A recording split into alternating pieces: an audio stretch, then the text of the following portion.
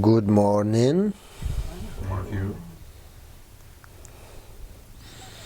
You said good morning?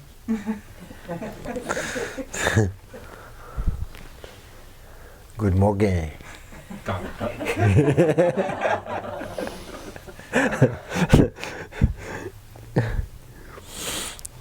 Nice, beautiful language, yeah?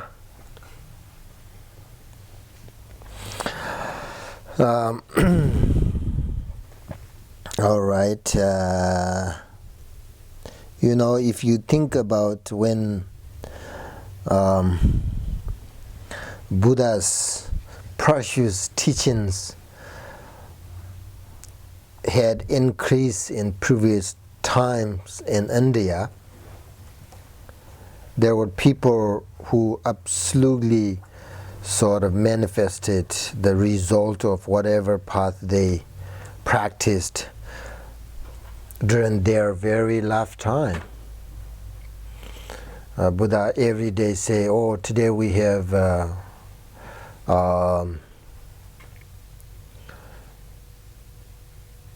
10 Aryas, 10 enlightened beings, 5 bhumis," like that. It's very easily subdued on their mind during that time. But now it is very different, and it is kind of opposite and extremely difficult to subdue, because people are seeking only the thing of this life, and then they sort of mistakenly engage in strongly about negative thoughts and negative actions, because of people who have very powerful afflictions and negative emotions in this century. It's everything is more and more difficult, right? Everything, not only spiritually way, but everything is different. So Buddha said that during such time as this, regardless of training and effort, it is difficult to develop realization of the profound view immediately, like emptiness, like nature mind, is like development stages and complete stages, all this very profound view and extremely difficult to recognize at first. Very different right now. It's very different than back, when Buddha's time. Very different. People are different. Teachings are different. People are thinking, view, everything was, it's more easy, back then, because people are very sort of less afflictions, attachment, anger, ignorance than now, I think. So therefore, it is first very important to develop compassion, forgiveness, and mindfulness, and bodhicitta, and shamatha. These kind of meditations right now is the perfect meditation for us, rather than practice the great perfection, emptiness, all this. I mean, that's very, very important meditations, right? Practice. But at first, as Buddha in his sutra said that without practice, these foundations, it's difficult to recognize the profound view at first. So that's why we have these 5 preliminaries. After that, lots of great teachers, masters, they think, oh yeah, we need these foundations. Otherwise, right away teach about emptiness and dzogchen. All these are difficult for people now. I mean, back then, I don't know how many people, how many Buddha students practiced about preliminaries. You know, every day they practice emptiness, selflessness, all this kind of very commonly right now we can read their books. But like Nagarjuna, Chantakurt, it's very well-known masters and scholarly and wise, teachers. They have, hundreds of books about these commentaries about Buddha's teachings. That's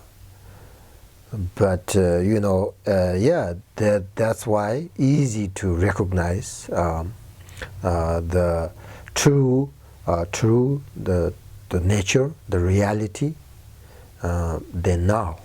So that's why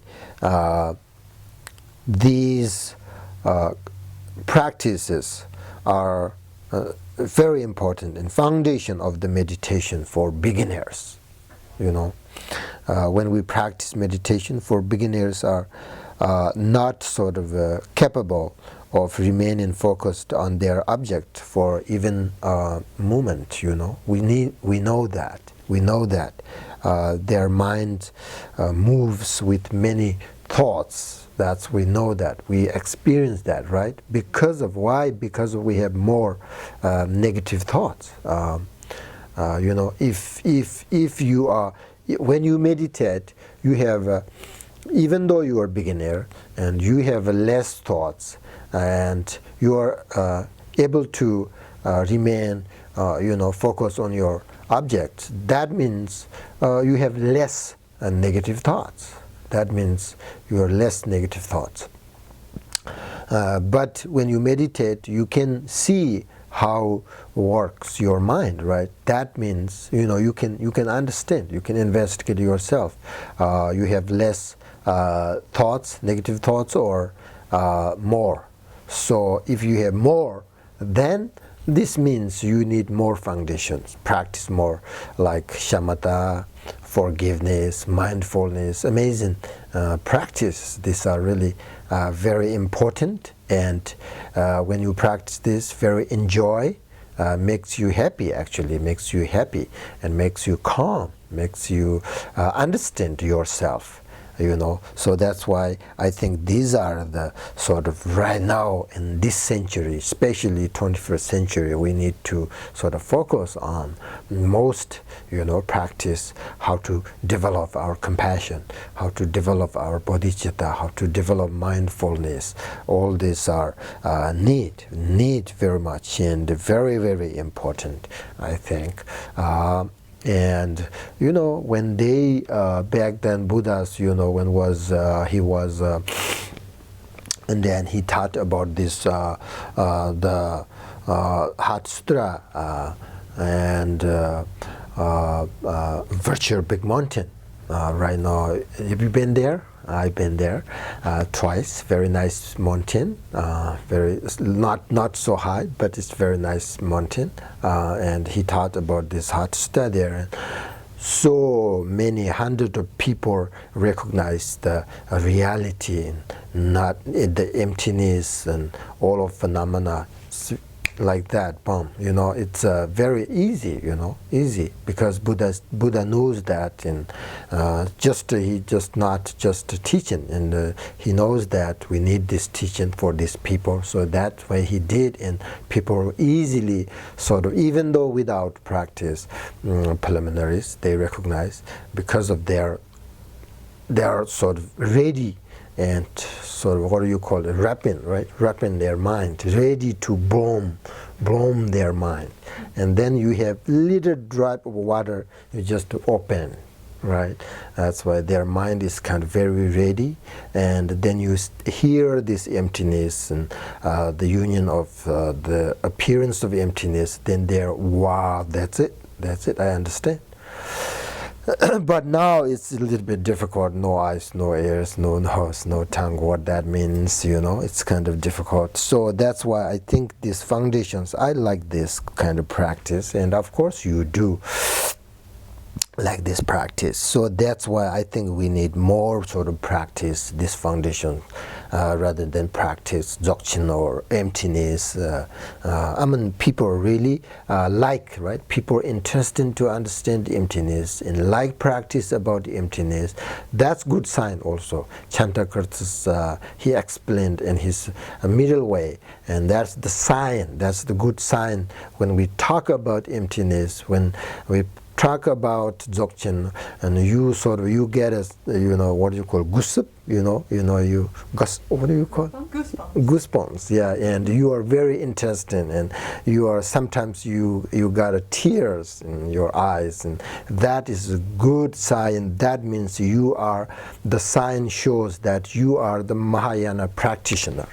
He says that. Buddha says that. When we talk about emptiness and you are so interested and sort of confident, you get sort of confident, and that means you are Mahayana practitioner. That means you have sort of, less negative thoughts. Another good sign, but usually this foundation is very important. And then because of when we meditate and lots of thoughts arise, and then they think that this meditation makes their thoughts more frequent. To think that this meditation is not benefit to them, and so on, So there is a danger. There is a danger that we might think we will be able to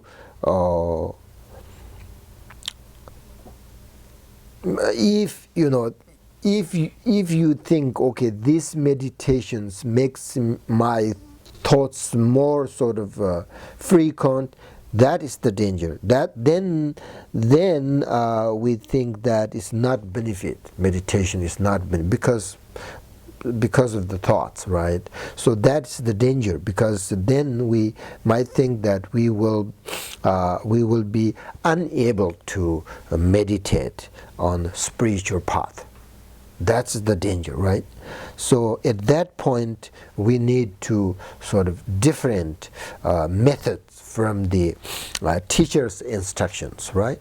So we must try to develop our mind and using those instructions. That's very, very sort of common and frequent.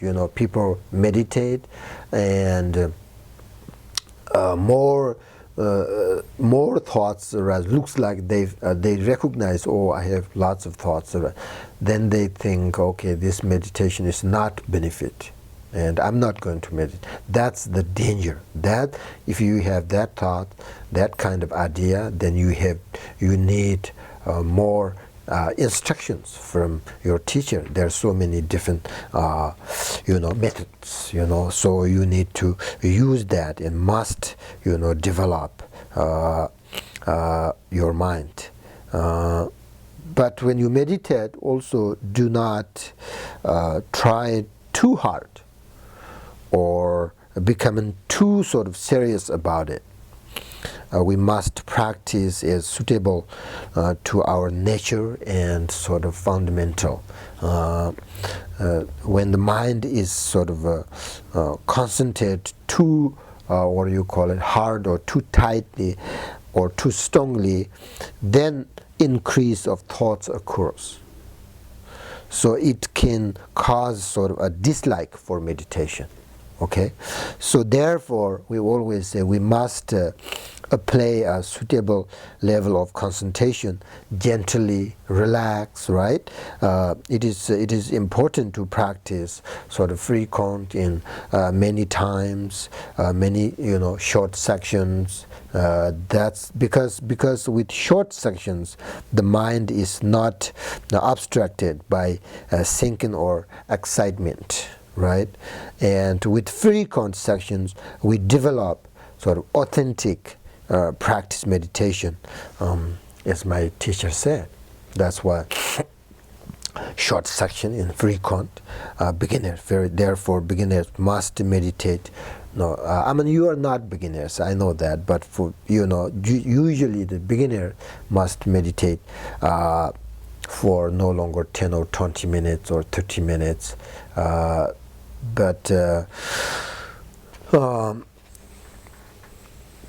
these are usually,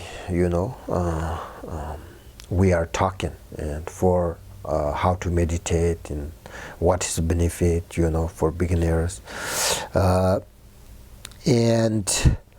their fundamental qualities must be there for any practice to be as beneficial as possible for us and other beings. There are three things, of course you know that, but the first quality describes the quality of preparation with which we begin our practice, right? The best preparation we could possibly have is to successfully develop the supreme meditation, the motivation, which is bodhicitta, right? Which is bodhicitta. Therefore, before we start any sort of dharma practice, we should develop this quality. We should develop powerful feelings of love and compassion on the four measurables, right? That's why when you meditate, you have to first recite this four measurable prayer.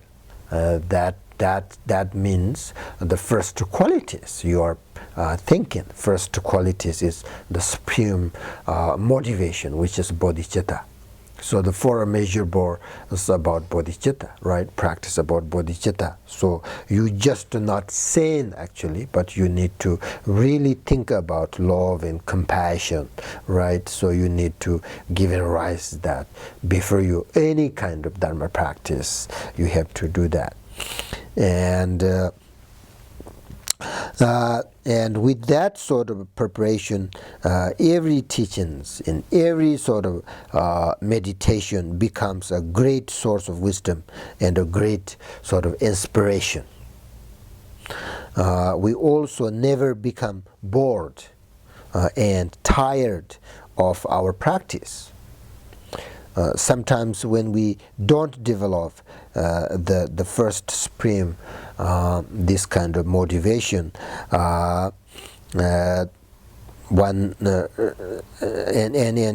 and powerfully enough, we may sort of start with enthusiasm, but then our practice goes sort of a little bit down. On the other hand, if we repeatedly re-establish our feelings of love and compassion, bodhicitta, joyfulness and effort, and understanding about the value of meditation, our practice will become sort of undying practice. So continually staying in a state of growth. So motivation is really important, right? You know that.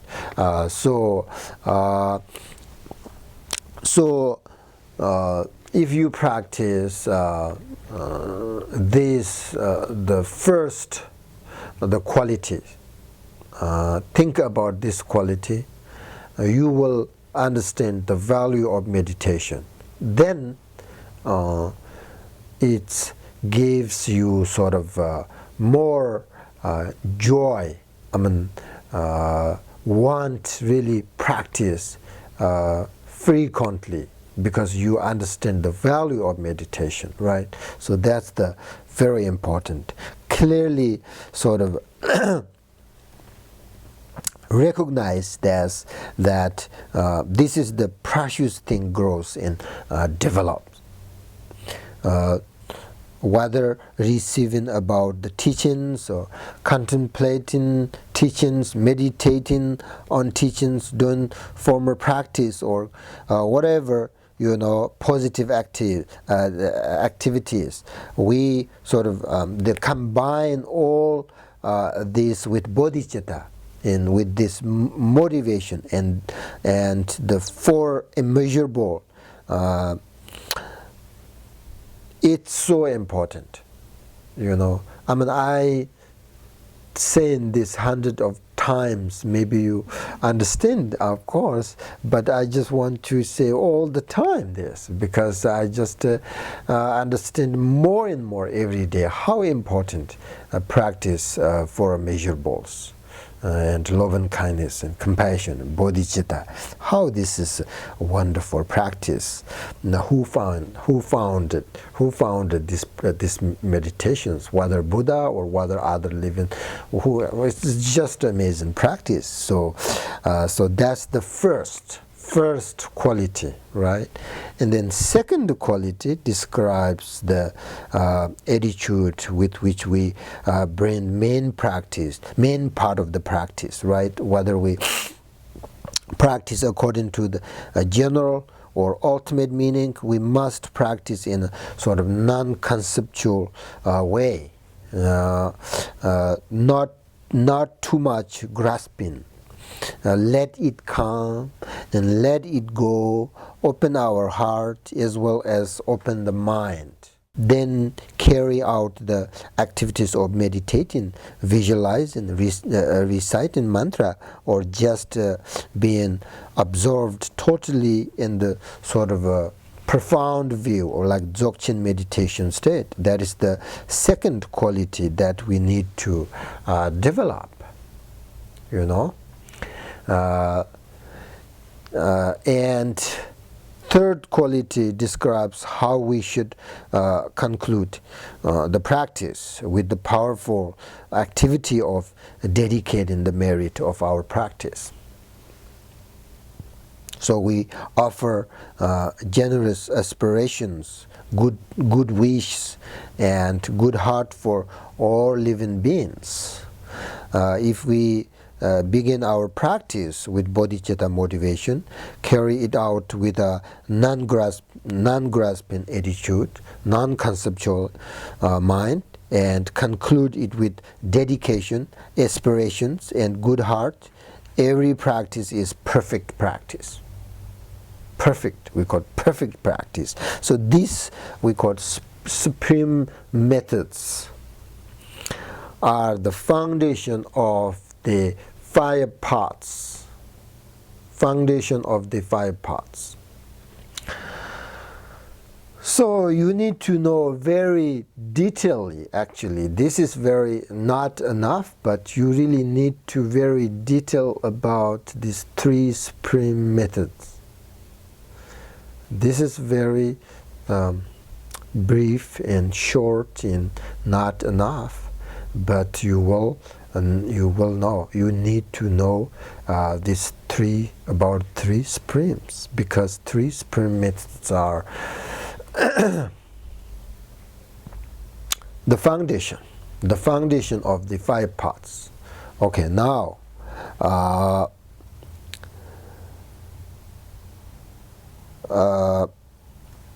I'm going to talk a little bit about 5 parts from the perspective of the outer teachings. The 5 parts are the journey we undergo when we take up the practice called the 37 branches to enlightenment. Never heard that? It's new, okay. A is the method to realization. So now, what the first of the 5 paths, the path of accumulation, right? The path of accumulation can be described as the time from which we first generate aspiration bodhicitta until we first experience the second path, the path of preparation. So you know, right? You know what makes you on the first path, the path of accumulation. How you know you are on the first path? How you know that? That is the first. We just talk about, right? The first method, first quality, right? Supreme quality, supreme method, right? Which is motivation, which is bodhicitta, which is the love and kindness, compassion. So first path, accumulation, path of accumulation. If you have bodhicitta mind, you are on the path, Buddhist path. You already entered, you are on the path. So then you just move on, that's all. So you need to investigate whether you have bodhicitta mind or not. Not if you don't have bodhicitta mind, you are not on the Buddhist path, right? Then you need to really try to get there, get on path. So that's you need to, I don't know. We all need investigate whether we have a bodhicitta mind or not. That's why I always say bodhicitta is the most important practice in Buddhism. Because the first path, right, how you enter into Buddhist path. Bodhicitta leads you the path, enter the path. So you can see, right, you can easily investigate and understand whether you have bodhicitta mind or not. So that's why very important, the first quality or supreme method, which is the motivation, which is the bodhicitta.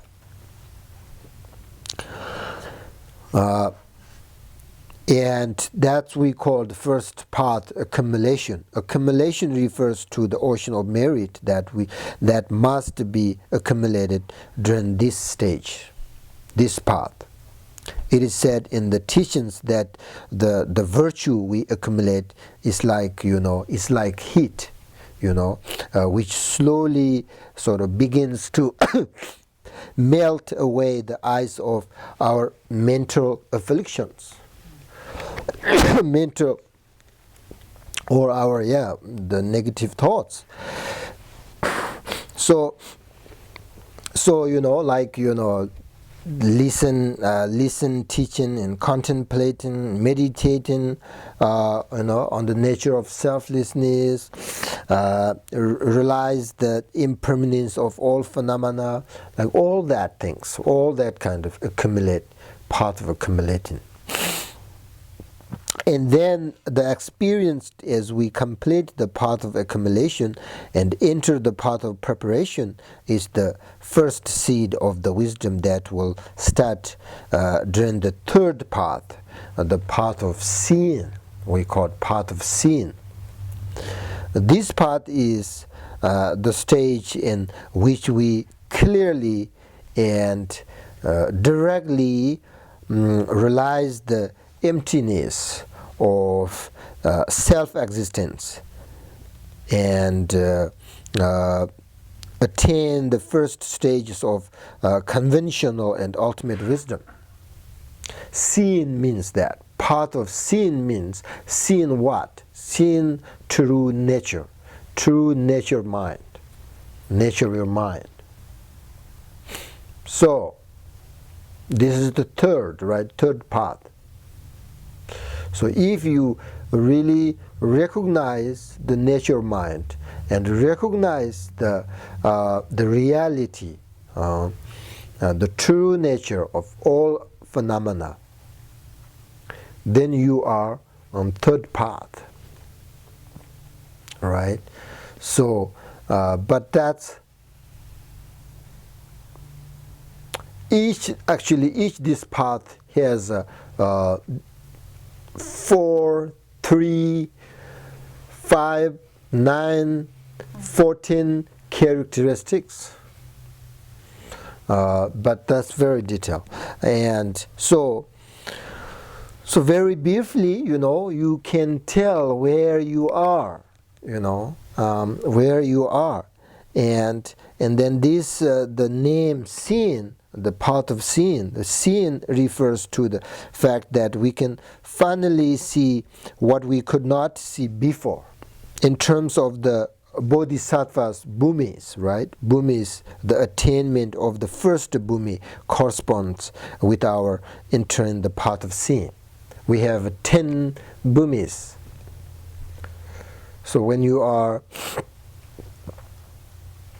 on the third path, you are related to the first bodhisattvas, bhumi.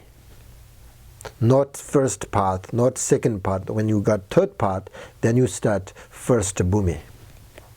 And first bhumi has quality, or whatever you call, 100 characteristics, 100 qualities. You will get 100 qualities when you got first bhumi. So, and then path of meditation, right? This is the fourth path. On the path of meditation, we are simply continuing to practice the view of emptiness that we realized on the path of seeing. That's what we call path of meditation, which means whatever you recognize the nature of mind, the nature of emptiness, and then you are continually meditating. And however we are able to increase our good qualities and realization once we reach this stage, path of meditation. For example, before we reach the path of seeing, due to not yet having had a direct realization of emptiness, but on the of meditation, we attain a kind of meditative concentration that is said to indestructible, and we get perfect realization of both conventional and ultimate wisdom. So this perfect realization is what we call go beyond abandonment, right? Go beyond, which is the Hatsutra, the realization, or you call this path of no more learning, path of no more learning. That's the last path, the fifth path.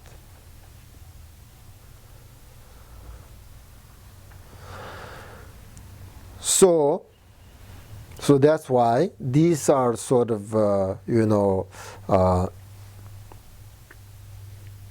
depends each other. So the foundations of these 5 paths, very important to practice 3 spring methods. Understand? What are they? 3 spring methods. Very important, right? 3 spring methods makes you Mahayana practitioner, and very important foundation.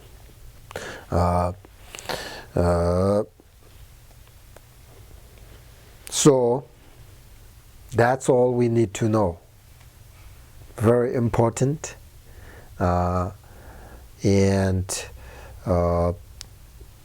more understand 5 paths, 10 bhumis, then we should you can learn and practice about the middle way, the Madhyamaka. Very detailed, very nice. I mean, these are sometimes very important, makes you sort of inspire that, the 5 parts, and you understand where you are, and you will understand your meditation are correct or not, and you will really inspired you that these qualities, each has different qualities, right? When you establish this, attain the first part, second part, each has different qualities, and you are so interested, and makes you practice more. So that's why I think these are very important to understand all the time. So that's all. Any question? And today we'll meditate on 3 channels. We practice other things, so we are not practice 3 channels few weeks. So we need to continually focus on our practice shamatha, which is always good. So 3 channels, right? You all know this, right? No? 3 channels? All right.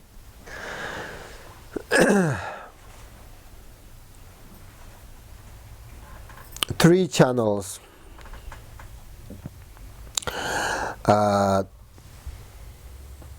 You have to visualize in your body, right? Left and right and center in your body. And left and right channels same size. Central channel is a little bit bigger than these 2. And the left channel and right channel start from your nostrils, right? Nostrils, and goes up on top of your eye, and then goes down the side, left side and right side of your body.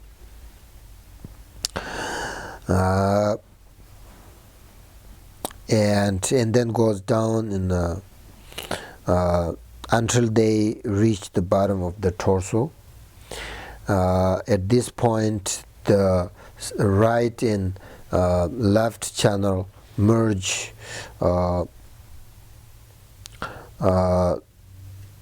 into the central channel, and then there goes up, towards your heart center.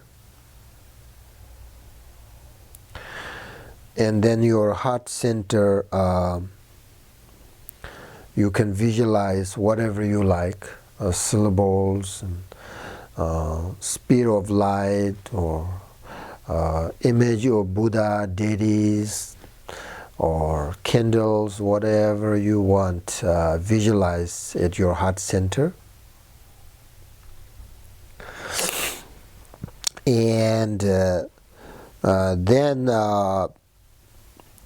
when also this kind of practice, of course, combined with your breath, right? So when the breath reaches the heart center, imagine that whatever you visualize at your heart gets sort of brighter and starts radiate white light, and continue focus on that with the lights, and as long as you can, while holding that breath. And then finally, when you need to exhale, do it very slowly, gently, and visualize that all of your negative karma, negative actions, or emotions leaving your body with the breath. Then you can begin you breathe in circle again.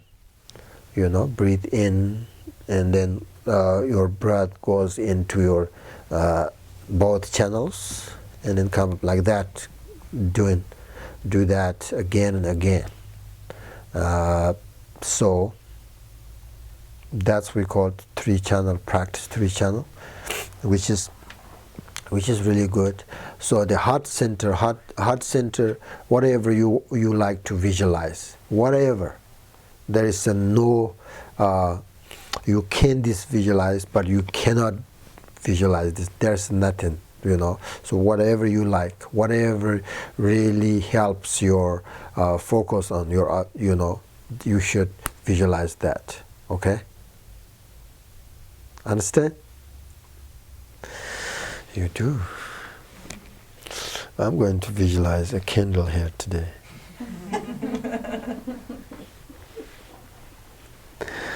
All right. 20 minutes? 20 minutes, yeah. 20 minutes. And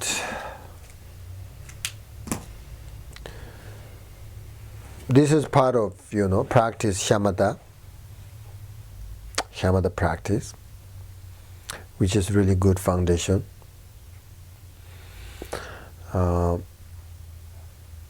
Never done practice shamatha. You have to continually this practice until you become a Buddha. So, very good. And just to relax,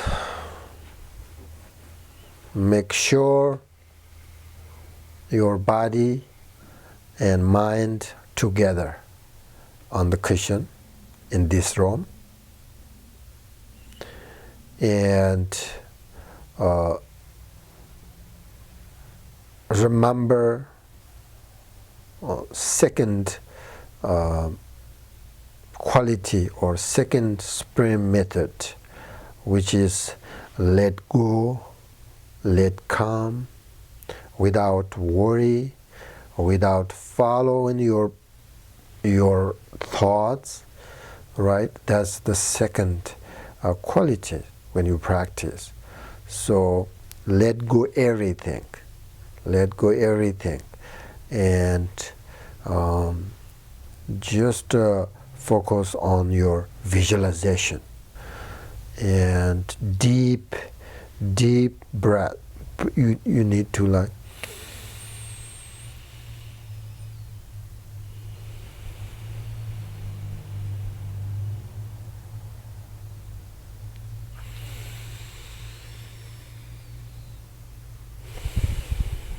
all your negative emotions, negative karmas, everything leaving from your body.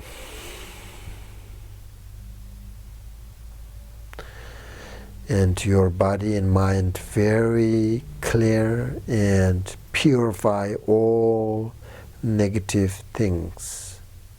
And then do again.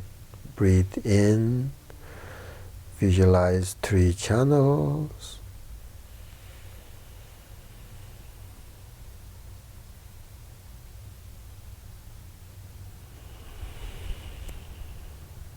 "20 minutes.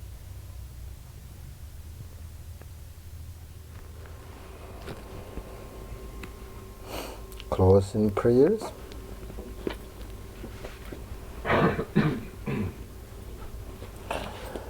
May I attain in each and every life the sublime virtues of existence and peace.